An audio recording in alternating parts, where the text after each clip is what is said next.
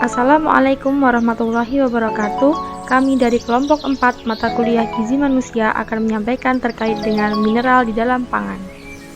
Tahukah kamu apa itu mineral? Mineral merupakan komponen mikro dalam pangan yang terdiri atas 17 unsur anorganik yang dapat disebut sebagai mineral esensial. Adapun fungsi mineral dalam tubuh yaitu yang pertama, sebagai pemelihara keseimbangan asam dan basa. Yang kedua, sebagai katalisator proses metabolisme. Yang ketiga, menjaga keseimbangan cairan tubuh. Yang keempat, sebagai kofaktor dari aktivitas enzim-enzim metabolisme. Yang kelima, berperan dalam proses pertumbuhan dan pemeliharaan fungsi tubuh. Beberapa proses pengolahan pangan dapat mempengaruhi kehilangan mineral dalam bahan pangan. Adapun beberapa proses tersebut yaitu proses pencucian, perendaman, dan perebusan yang dapat menyebabkan berkurang atau hilangnya beberapa jenis mineral larut air. Selain itu, proses ekstraksi, pengupasan, dan pemurnian dapat menurunkan kadar mineral dalam bahan pangan secara signifikan. Namun, proses pemanasan dan pH ekstrim tidak mempengaruhi kehilangan mineral. Jenis mineral berdasarkan tingkat kebutuhannya dibagi menjadi dua, yakni mineral makro dan mineral mikro. Mineral makro merupakan jenis mineral yang diperlukan tubuh dalam jumlah besar dengan kebutuhan lebih dari 100 mg per hari. Jenis mineral makro yang pertama yakni kalium. Adalah mineral yang paling berlimpah dalam tubuh kita. Dengan lebih dari 99% terdapat pada kerangka, yaitu ditemukan pada tulang dan juga gigi. Kalsium terdapat di kerangka sebagai hidroksiapatit dan kalsium sisanya berada dalam jaringan lunak, terutama dalam cairan ekstraseluler dan cadangan subseluler. Setengah dari kalsium dalam plasma darah ada dalam bentuk ion, sebagian besar sisanya terikat. Fungsi kalsium untuk tubuh kita yaitu unsur pembentuk tulang gigi, pengaturan fungsi saraf dan otot, membantu proses pembekuan darah, mediator pengaktifan hormon paratiroid, mengaktifkan reaksi enzim dan sekresi hormon, membantu proses penggumpalan darah dan penyembuhan luka, serta melindungi tubuh terhadap absorpsi zat-zat kimia radioaktif tertentu. Kandungan kalsium berdasarkan angka kecukupan gizi menyatakan bahwa anjuran konsumsi kalsium pria dan wanita usia 10 hingga 18 tahun adalah 1.200 mg per hari, usia 19 hingga 29 tahun adalah 1.100 mg per hari, dan usia 45 hingga 80 tahun adalah 1.000 mg per hari. Metabolisme kalsium, absorpsi memerlukan protein pengikat kalsium, diatur oleh vitamin D. Hormon paratiroid meningkatkan jumlah aktivitas sel osteoklas. Hormon paratiroid di ginjal berfungsi meningkatkan reabsorpsi kalsium di tubulus distal. Kalsitonin menghambat aktivitas sel osteoklas dan meningkatkan deposisi kalsium dari sirkulasi ke tulang serta menurunkan reabsorpsi kalsium di ginjal. Sumber kalsium dapat kita temukan dalam bahan pangan, susu, keju, bayam, yogurt, kacang polong, daging sapi, ikan, dan lain sebagainya. Natrium merupakan komponen kation terbanyak dalam cairan. Fungsinya, menjaga tekanan osmosis darah, menjaga keseimbangan asam basa, berperan dalam absorpsi glukosa, serta berperan menjaga transmisi saraf dan otot. Kebutuhan sehari-hari dianjurkan 5-15 gram natrium. Metabolisme natrium diatur oleh aldosteron, suatu hormon korteks adrenal yang meningkatkan reabsorpsi Na dari ginjal. Dipengaruhi oleh steroid adrenokortikal. Kalium merupakan salah satu mineral tubuh yang penting dalam menghantarkan info saraf serta pembebasan tenaga dari protein, lemak, dan karbohidrat sewaktu metabolisme. Fungsi dari kalium yang pertama yaitu memelihara keseimbangan air di dalam sel tubuh.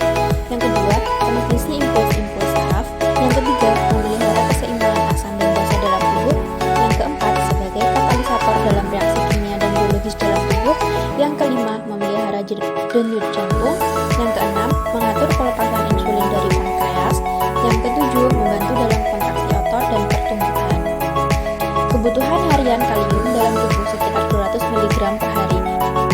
Metabolisme kalium diatur oleh ginjal dengan cara ekskresi urin. Pengaturan keseimbangan sendiri yaitu hormon aldosteron. Selanjutnya yaitu magnesium. Magnesium adalah jenis mineral terbanyak keempat yang terdapat di dalam tubuh. Mineral ini merupakan substansi esensial bagi lebih dari 300 enzim yang terlibat dalam reaksi metabolisme di dalam tubuh. Fungsi dari magnesium yang pertama yaitu membantu pembentukan tulang. Yang kedua, menjaga kesehatan jantung. Yang ketiga, mengurangi sakit kepala migrain. Yang keempat, mengurangi gejala sindrom PMS pada wanita. Yang keenam, mengontrol dan menurunkan tekanan darah. Yang ketujuh, mengurangi resiko tekanan penyakit diabetes. Jumlah asupan magnesium yang dibutuhkan tubuh tergantung pada jenis kelamin dan usia. Metabolisme dari magnesium serupa dengan kalsium dan fosfat. Absorpsi ini juga tergantung dari faktor lain. Selanjutnya yakni beberapa jenis mineral mikro. Zat besi. Zat besi adalah salah satu mineral penting untuk tubuh yang erat dengan ketersediaan jumlah darah yang diperlukan. Fungsi dari zat besi yaitu yang pertama, membantu membawa oksigen dalam hemoglobin sel darah merah ke seluruh tubuh. Yang kedua, membantu tubuh menggunakan karbon dioksida. Dan yang ketiga, menjaga sel, kulit, rambut, dan kuku agar tetap sehat. Selanjutnya adalah mineral mikro.